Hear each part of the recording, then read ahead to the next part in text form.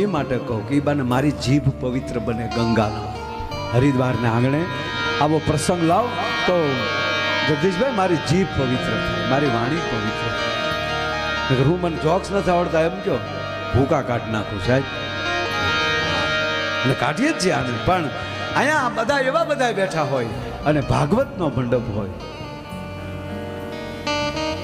અને આવતી જ કાલે આ પ્રસંગ છે. બાપુ કથામાં વિદાય આવે તો આખું રોડી પડતી. જેથી ગોકુળમાં જીવતો જાગતા કૃષ્ણએ વિદાય લીધી છે, તેથી ગોકુળની દશા શું થઈ છે તમે કલ્પના તો કરો.